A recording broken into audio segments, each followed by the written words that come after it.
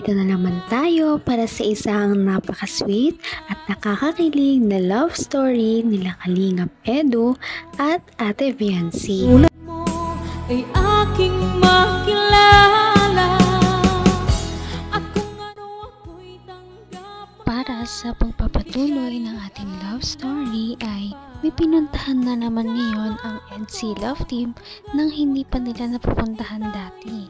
Ngayon nga ay pupunta sila sa isang amusement park. Nakaka-excite talaga dahil ngayon lamang sila pupunta sa ganitong uri ng lugar, kaya marami tayong masasubaybayan na kilig moments at ano kaya ang mga may experience nila sa lugar na ito. Ngayon ay matutunghayan natin kung paano magsaya ang Kalingap Team kasama ang EDC Love Team dahil sobrang nakaka-excite talaga ito. Kaya naman ito ang mga nangyari sa amusement park na kanilang pinuntahan. Alamin na natin kung ano ang mga nakaka-excite na kanilang pinuntahan dito. Ang nice ko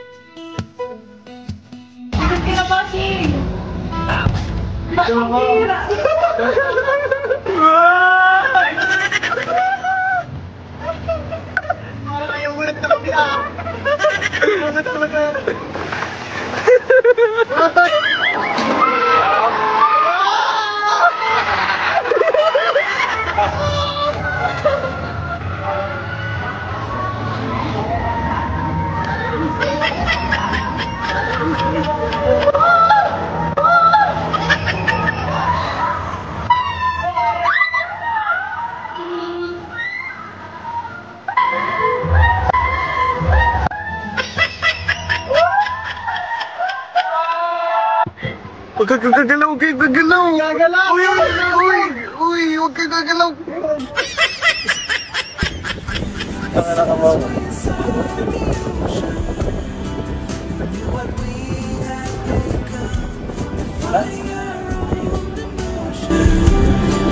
Pretending that was our own, couldn't embrace the notion.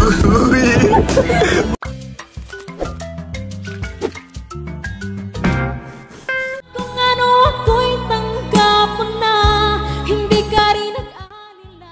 Ngayon lamang natin nakita ang EDC Love Team na sumakay sa isang ride na ganito, kaya naman nakakatuwa dahil parang mas nagiging close na sila sa isa't isa dahil sa outing na ito.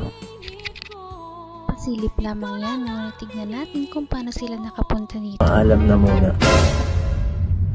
Maalam sa inyo. At magpapakalayo-layo po muna. Pasensya na guys.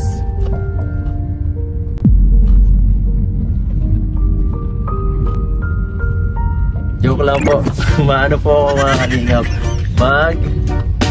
Pupunta po ako sa Manila at may kikitain po akong isang sponsor. Nagpaalam po ako kay Kalingap Rab. Sabi ko po pwede magpa-excuse na ilang araw. Pumayag naman po siya. Thank you kay Pinsan.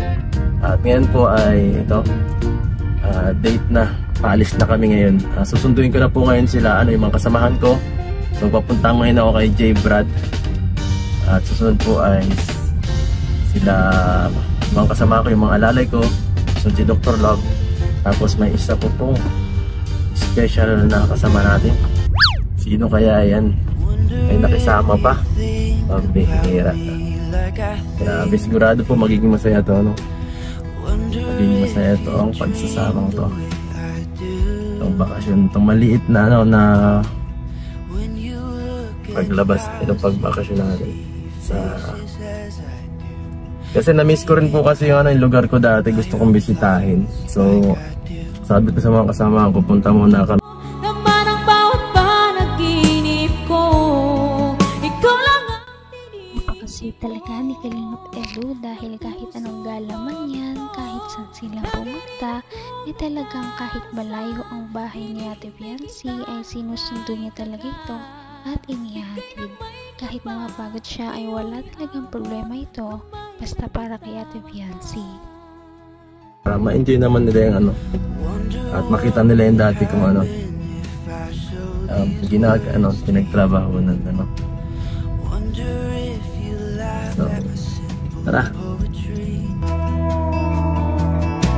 Or even worse, would you look at me with pity in your eyes, saying I'm great, and that you would like to be my friend? Yeah, mga vlogger! Mga vlogger idol! Tara na! May special mission tayo!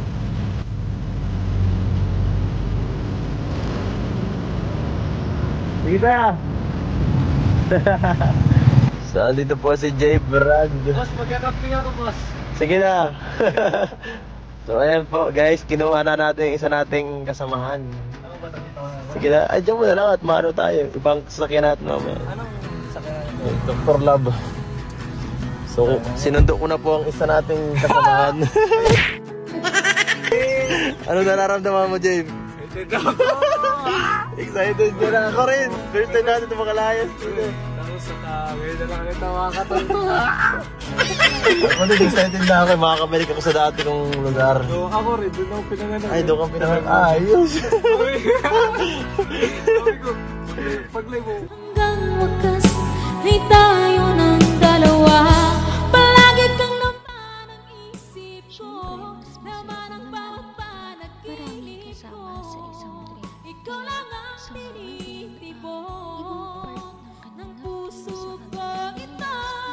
Lagi rin akong magdarasal. Kaya ito ay abangan natin kung ano ang mangyayari sa kanilang Bigay trip. ng may kapal. Nasa na kaya si Ate Viancy?